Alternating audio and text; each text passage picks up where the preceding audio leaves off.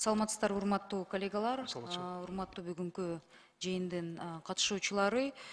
3 ай мурда мен август болуш керек, биз август айында чогулганда, ошондо июнда Екатеринбургка чоң делегация барып, Кыргыз өкмөтүнүн экономика министринин жетекчилиги астында барганда, Екатеринбургда диаспоралар кайрылып, биздин балдарыбызды ушу алтын балалыкка эс алдыралы деп абдан чоң сураныч менен кайрылышып, ошондо отурумда жакшы чечим болгон да.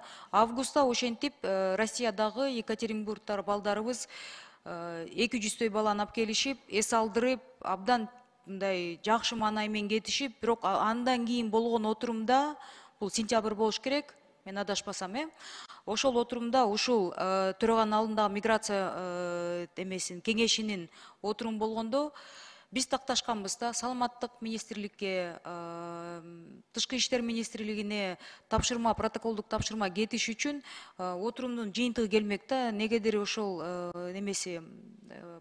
протоколу келген жок. Мен түшүнбөйм, эмнеге мындай болуп калды. Ошол протоколдо так жазылмак. Ар бир жай гана эмес, жалпы жыл боюнда жалаң гана Орус Федерациясы эмес. Бул деген интернетке чыгып кеткенден кийин, мисалы Италия, Европадан, Турцияда жүргөн биздин жарандарыбыз жарандыкты Россияда мүмкүн алышкан, мүмкүн башка жерде алган, бирок мекендештерибиз кайрылышып, биздин да балдар ошо эс алып кетишсе жакшы болмок эле деп.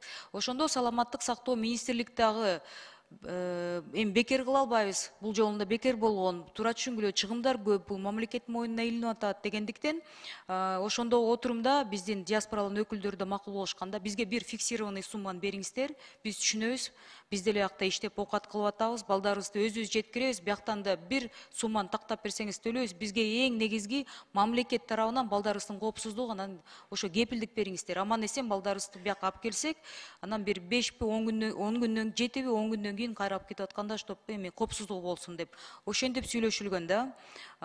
Бул жерден айтып кете турган, протоколго жазып койсоңуздар, көпчүлүк диаспоралардан ошо кайрылуу келген, интернет баракчалар аркылуу көбүнчө Facebook, Instagramдан жазышып, кандай биз кантип балдарыбызды силер тарапка жөнөтүш үчүн кандай кайрылуу керек, ким тарабынан керек, ошону деген ушул кеңештин астында болобу, же бизде атайын миграция өкүлчүлүгүбүз бар, Минсоцтурдун астында, ошол жетекчилердин астында болобу, кандай бир же бир чоң баракча интернеттен ачабызбы деп биз талкуулабадык белек.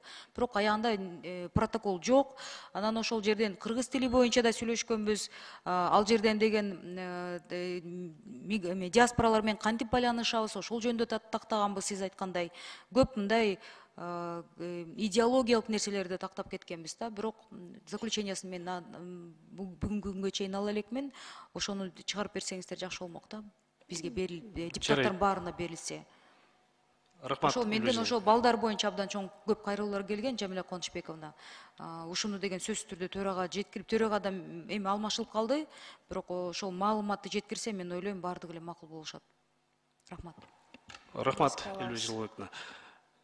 Туура айтасыз, кече биз дүйнө боюнча дайындалган коомдук өкүлдөр менен жыйын өткөздүк элек.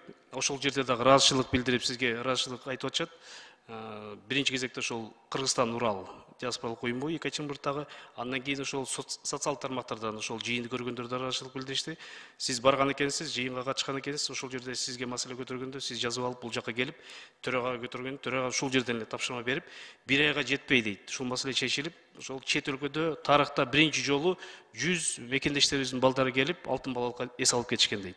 Анан сиз белгилеген жыйында Кудай буйрса, эмки жылыга бир кененирээк курамда уюштуралы дегенбиз. Анан мен кошумчалай кетейин.